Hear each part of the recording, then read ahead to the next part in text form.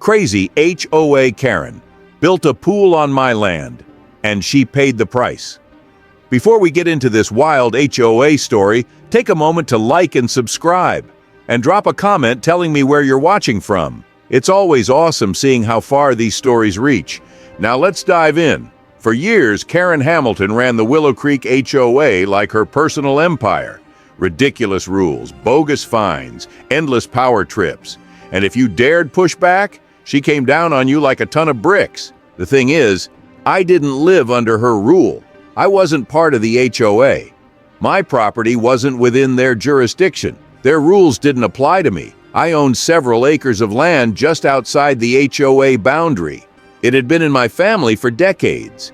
My grandfather bought it long before Willow Creek was even a thought. Over the years, I'd kept it quiet, peaceful, and private. No manicured lawns, no matching mailboxes, just open fields, tall trees, and a piece of land that actually felt like home. Karen hated that. She hated looking out past the HOA's rigid uniformity and seeing my property. It didn't fit her vision of the perfect neighborhood. At first, it was little things, letters, friendly reminders about how my unkempt land was bringing down property values. Then came the fake violations, HOA fines I wasn't even obligated to pay, stamped with Karen's name and signature, demanding money for things like unauthorized landscaping and non-compliant fencing. I laughed, and I ignored her, but ignoring Karen only made her more determined. She started sending HOA board members onto my land under the excuse of community outreach, clipboard-wielding busybodies taking notes on my driveway, mailbox, and house color. I told them to leave. They didn't listen. Karen even suggested expanding the HOA boundary to include my property. Of course, I said no. And then she did what Karen does best. She crossed the line. It started with a letter, taped to my door. Notice of Community Development, it read. The HOA had approved a new amenity to benefit all residents. A swimming pool. Location? Lot expansion C8, my land. At first I laughed. I wasn't worried. Karen could call my property whatever she wanted. It didn't change the fact that I owned it, and the HOA had zero legal claim. No sale, no deed, no permission. I figured it was another one of Karen's empty threats. I was wrong. A few days later, I came back from a work trip. I drove down the gravel road expecting to see my familiar land, but instead I slammed on the brakes. There it was, an enormous brand new swimming pool, fully built, filled with water, surrounded by HOA banners and lounge chairs. They'd even installed a lifeguard stand, and people were already using it. Swimming, laughing, sunbathing on my land. At first, I couldn't move. I just sat there in my truck, stunned. Then I saw her, Karen Hamilton, standing by the pool, sipping lemonade like she was on vacation, like she owned the place. I got out and walked straight toward her. "Karen," I said, keeping my voice steady, "what the hell is this?" She turned with that smug little smile. "Oh, Daniel, you're back. Perfect timing. Isn't it wonderful?" I stared at her, deadpan. "You built a pool on my land," she chuckled, waving me off like I was being dramatic. "Oh, don't be so territorial. It's for the good of the community. We're increasing property values, promoting togetherness. It's a win-win." I clenched my jaw. "Karen, you have no right to be here." She smiled wider. "It's unused land, Daniel. You weren't doing anything with it. And since it borders the HOA park, it only made sense to expand our amenities." Then she gestured toward the new sign, HOA Pool Passes, $300 annually. Guest entry, $15/day, no non-member swimming. She was charging people to swim in a pool illegally built on my property. I took a breath. "Do you have the deed to this land?" She hesitated. "Well, no, but do you have permits?" Her smile faltered. "We didn't need permits. It's a community project." "You needed permits, Karen." I took out my phone and started taking pictures. The pool, the signs, the people. Karen standing there like a queen overseeing her kingdom. "This ends now," I said. For the first time, I saw something new in Karen's expression. Doubt. But it didn't last long.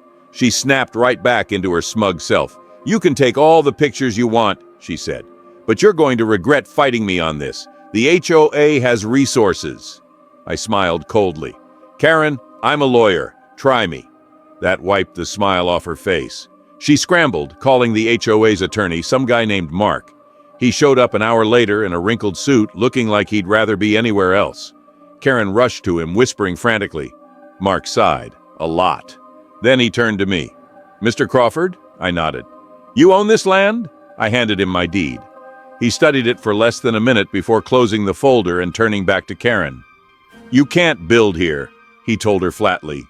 Karen's jaw dropped. But it's adjacent to the HOA park. I thought... You thought wrong, Mark cut in. I laid out my terms. You're taking everything off my property. The pool, the furniture, the signs, and you're refunding every single person who paid for access, Karen exploded. That's ridiculous! You can't just demand that we tear it all down. I didn't even flinch. You have 24 hours, or I'm calling the county, the zoning commission, the cops, and every reporter I can find. Karen turned red. You'll regret this, I smirked. Enjoy the view from outside the fence. Mark tried to mediate.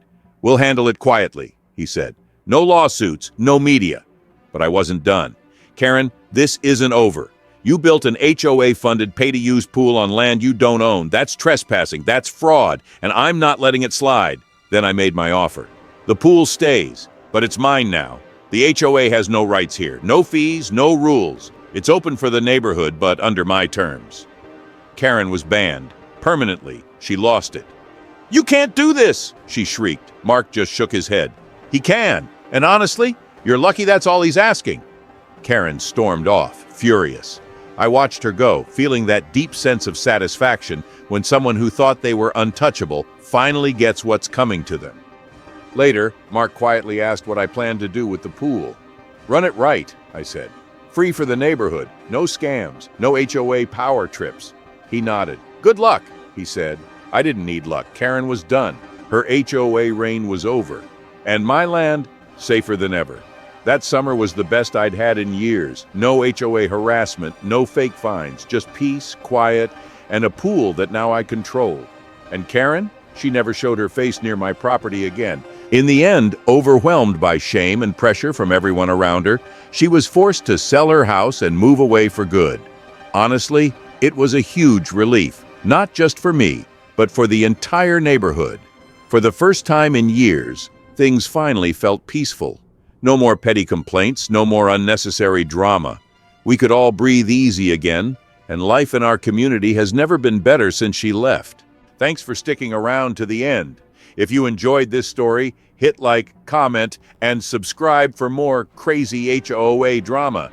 And hey, if you've ever dealt with a nightmare neighbor, tell me about it in the comments. I'd love to hear your story. See you in the next one.